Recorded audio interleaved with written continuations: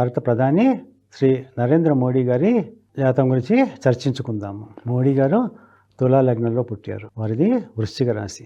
ద్వితీయంలో చంద్రుడు కుజుడు, పంచమ స్థానంలో గురుడు, షష్టమంలో రాహువు, ఏకాదశంలో శుక్రుడు ఉన్నారు. శని కూడా అక్కడే ఉన్నాడు. ద్వాదశంలో రవి బుధ కేతువులు.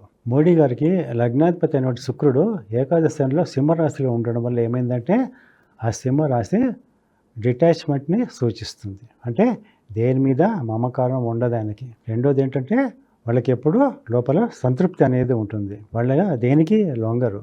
అంటే మానసికంగా దేనికి కూడా వాళ్ళు బానిసలు కారు. పంచమంలో గురుడు ఉండి లగ్నాన్ని గురుడు చూడడం వల్ల ఏమవుతుందంటే వీళ్ళు సత్వగుణ ప్రధానులు.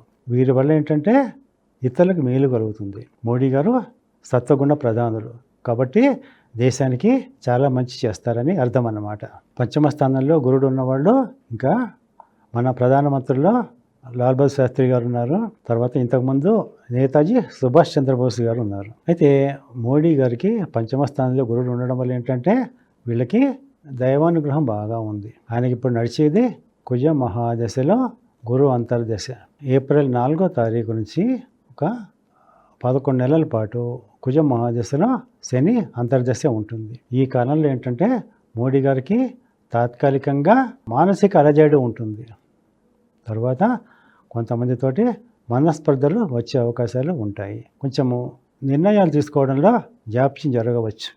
తర్వాత ఉదర వ్యాధి వచ్చే అవకాశాలు ఉంటాయి అన్నమాట. తర్వాత గృహ సంబంధ పేచీలు వచ్చే అవకాశాలు ఉంటాయి. కానీ ఏంటంటే ఆయనది మొత్తం మీద మంచి జాతకం కాబట్టి వీటిని అన్నిటినీ అధిగమిస్తారు. 2026 మే నెల నుంచి మోడీ గారికి బుధుడి యొక్క అంతర్దశ వస్తుంది.